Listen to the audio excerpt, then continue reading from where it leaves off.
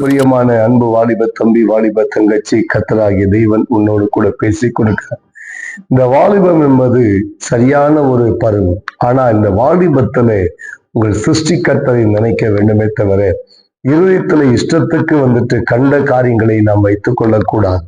இந்த வாலிபம் என்பது ஒரு பொல்லாத காலம். ஆனால் இந்த வாலிபத்தை நீ கர்த்தருக்காய் கொடுக்க வேண்டும்.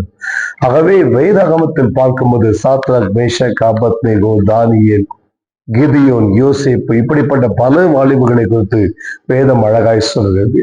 ஆனால் உங்களுடைய வாலிபத்தின் நாட்கள்ல நீங்க என்ன செய்து கொண்டிருக்கிறீங்க?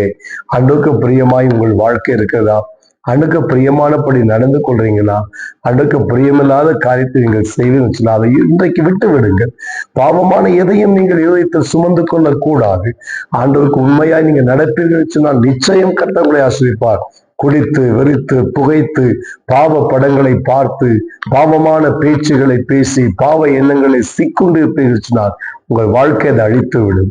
ஆகவே உலகத்தை பாராதபடிக்கு கர்த்தருக்காக நீங்கள் எழும்பி கர்த்தருக்காய் பிரகாசிக்க வேண்டிய உங்களை தேவன் தாமே பயன்படுத்துவார். ஒரு வார்த்தை மாத்திரம் நான் சொல்லி உங்களுக்காய் ஜெபிக்கிறேன்.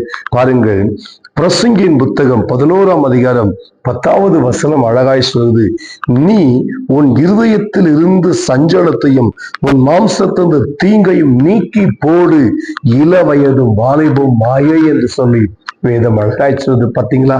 வாலிபம் ஒரு பொல்லாதது இல்லையா? வாலிபம் ஒரு மாயையான காலம். அப்ப இருதயத்தில் இருக்கிற தீங்கான காரியங்கள், பாவமான காரியங்கள், அசுத்தங்கள், இச்சைகள், மோகங்கள் இவங்களுக்கு இடம் கொடுத்து விடக்கூடாது. கர்த்தருனை பரிசுத்தமாய் வாழ வைக்க விரும்புகிறார். ஆகவே நீங்கள் கர்த்தருக்கு பிரியமான பிறகு கர்த்தருக்காய் எழுப்பி பிரகாசிங்கள். கர்த்தர் உங்களை உலகம் முழுவதும் கொண்டு போய் வல்லமையாய் பயன்படுத்துவார். நான் உங்களுக்காய் ஜெபிக்கிறேன். அன்பு பிதாவே, என்னோடு இணைந்து ஜெபிக்கிறேன். இந்த அன்பு வாலிப தம்பிக்காய், வாலிப தங்கச்சிக்காய் ஜெபிக்கிறேன். அந்த வாலிபத்தின் நாட்களில் ஆண்டவரே தன் சரீரத்தை இஷ்டத்துக்கு கெடுத்து போடாதபடிக்கு கர்த்தருக்கு பிரியமாய் ஆண்டவர் இந்த வாலிபத்தை ஒப்புக் கொடுக்க இந்த பிள்ளைகளுக்கு உதவி செய்யும். ஆசீர்வதியும், விரும்புகிற நன்மைகளை தாரும். பெற்றோர்களை கர்த்தர் ஆசீர்வதியும். இந்த பிள்ளைகளுக்கு இது ஆசீர்வாதமாய் இருக்கட்டும். இயேசுவின் நாமத்தில் பிதாவே, ஆமென். கமெண்ட்ல உங்க போன் நம்பரோடு கூட உங்களுடைய ஜெப குறிப்புகள் எழுதுங்கள். நாங்கள் உங்களுக்காய் ஜெபிக்கிறோம். God bless you.